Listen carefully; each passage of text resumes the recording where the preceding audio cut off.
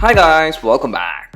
The all-new 2020 Honda Dio has been launched, and as you might know, it's of BS-6 standard, and actually we did do a detailed review of the new Dio, but for the review the model we tested was the standard variant.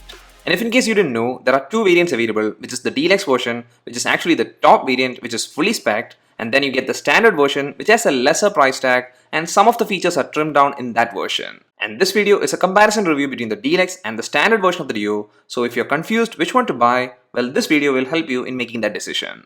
Firstly, if you go for the standard version, you get to choose from 4 color choices in which 3 of them are multicolored with a brand new awesome graphics, and the one shown in this video is actually one of them, which is called Sports Red.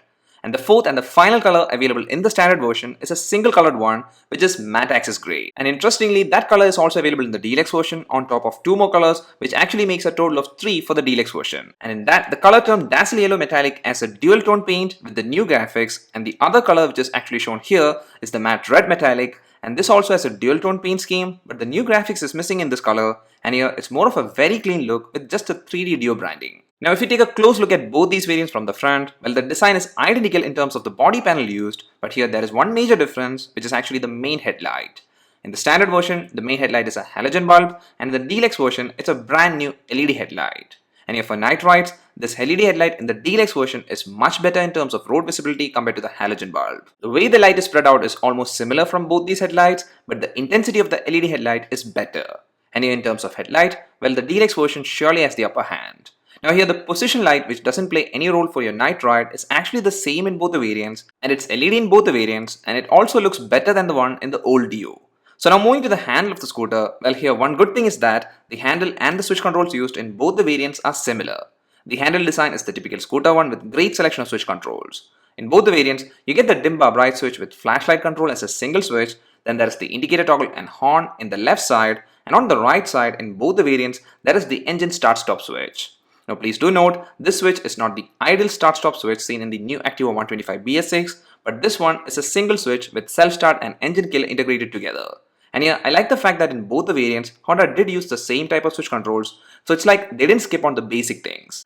But one thing they did make change, which is actually seen in the handle, is the instrument cluster used. If you go for the standard version of the Dio, you're gonna get a very familiar analog meter, which just shows the basic stuff like speed, distance covered and fuel level. But if you go for the DLX variant, well, you're gonna get a new fully digital meter.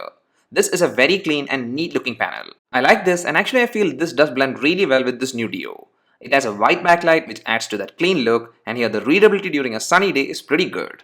And also for the info shown, there are plenty of stuff like speed, fuel level, time, real-time mileage, average mileage, distance to empty, trip meter, etc. It's a fully loaded panel, and this is a big difference in both the variants. Then for the side panel used, it's the same fiber one in both the variants, and as I said before, based on the color you get, you might have the graphics or maybe you're gonna get this 3D Dio branding. And also by the way, the fiber parts used in both the variants are of really good quality. Then checking the rear section, well, here both the variants again look identical with a very neat and sharp looking tail light, which looks like a bigger one compared to the previous version of the Dio. And here in both the variants, you get the split type grab bar for the pillion, which is actually a very good one in terms of comfort, and also it does blend pretty well with the scooter. And here on the rear, there is one more thing that blends really well, and it's the external fuel inlet.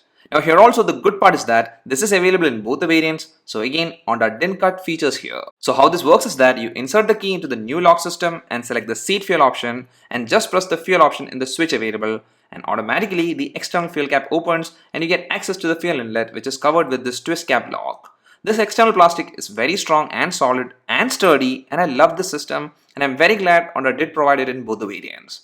And also by the way, the fuel tank capacity in both the variants is 5.3 liters. Then if you check the storage option available, well, here also, this being a basic thing for a scooter, Honda actually kept everything identical in both the variants. So here you get a front pocket, which is a pretty big one, and then there are 2 hooks available which are both non-retractable, and also the footboard is adequately big. And finally the under-seat storage, even though it doesn't look massive, it does fit in my large size fully covered helmet. Now I don't think there is an optional charging socket option available in both the variants, and it seems like Honda is not offering that feature for its 2020 lineup. Then one difference in the standard and the DLX version is that the wheel rim, even though is sheet metal in both the versions, but the color choice is different. In the standard version, they have used a glossy black paint scheme, while in the DLX version, they went for this shiny gold color. And also one more thing you might have noticed is that in the DLX version, you can actually see the DLX branding used in the front panel as well as in the side portions. And a couple of things left in the visual side is that both the versions get the exact same exhaust, which is now a much sportier one, and also both the versions have a retractable pillion footstep. And here, as an optional thing for both the versions, you can actually opt for the side stand engine cutoff feature.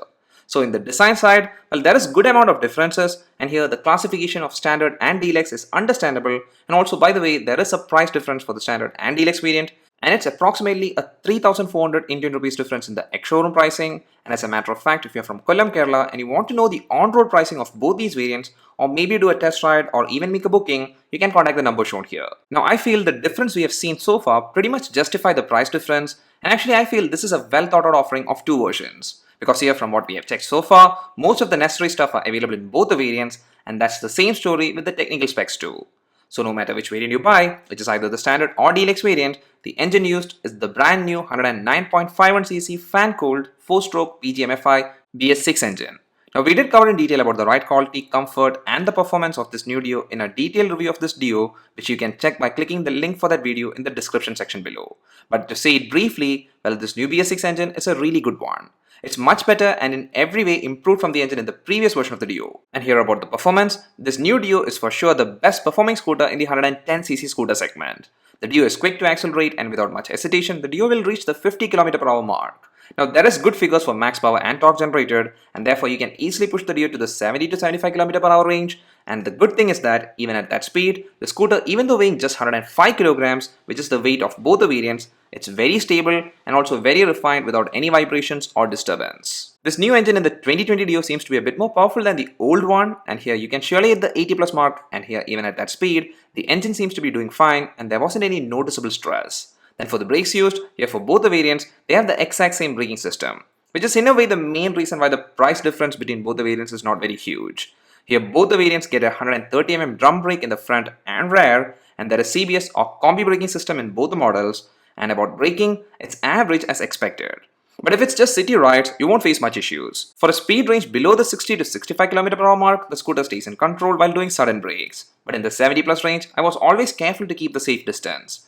Then for the tires used, here also both the variants have the exact same tires in both the front and the rear. I mean, there isn't an alloy wheel option, and for the tire measurement, finally the front tire is 12 inches with a thickness of 90mm, and for the rear tire used, it's 10 inches with again 90mm thickness. Both are tubeless tires in the DLX and standard variants, and here the tires does grip well, and hence while taking corners, it was to an extent safe. Now when we talk about the Dio, what really stands out is how easy this scooter is to control, and here with this new 2020 Dio, since both the variants' dimensions are exactly same, and even though this time in every aspect the dimension of the Dio increased, it's still a very easy to control scooter.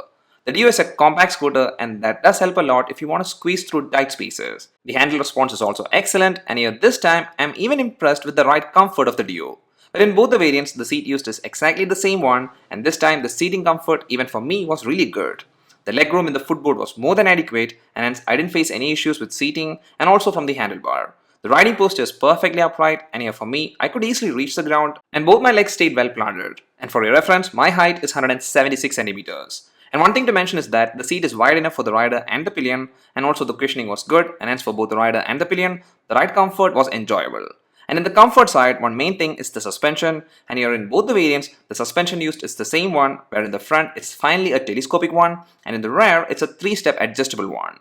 And here this telescopic suspension does make a great difference, and hence even while riding through the worst conditions, I didn't face any stress or discomfort. And also in both the variants, since the ground clearance is adequate at 160mm, I didn't face any issues with the underside too. And one last thing is the mileage, and here from our initial testing, what we got in both the variants is approximately 55 km/h in city traffic, and I feel that's a really good number. Now I'll be doing a separate mileage test video to confirm it more precisely, and if you don't want to miss that video, please don't forget to hit the subscribe button and also the bell icon. So that's everything for the comparison review of the standard and DLX version of the new 2020 Honda Dio BS-6. And after checking all this, the main difference between both the variants is with the headlight and the instrument console. And the rest is just some minor aesthetic changes. And I feel this is a good move from Honda, because every basic and necessary stuff other than the headlight is the same in both the variants. And here, even though the LED headlight in the DLX version is the best of the two, still the normal halogen one also gets the job done. Now if you ask me which version to buy, well for sure I would say to spend the extra money and get the DLX variant. But here some of the cool striking color options are in the standard variant, and if in case you're not that concerned about the headlight and the fully digital speedometer and you want to save approximately 3,400 Indian rupees, getting the standard variant is also not a bad option, because here this new Dio is actually one of the best scooter to be launched for 2020. And I feel for the price tag it's selling, it has made the competition very tough.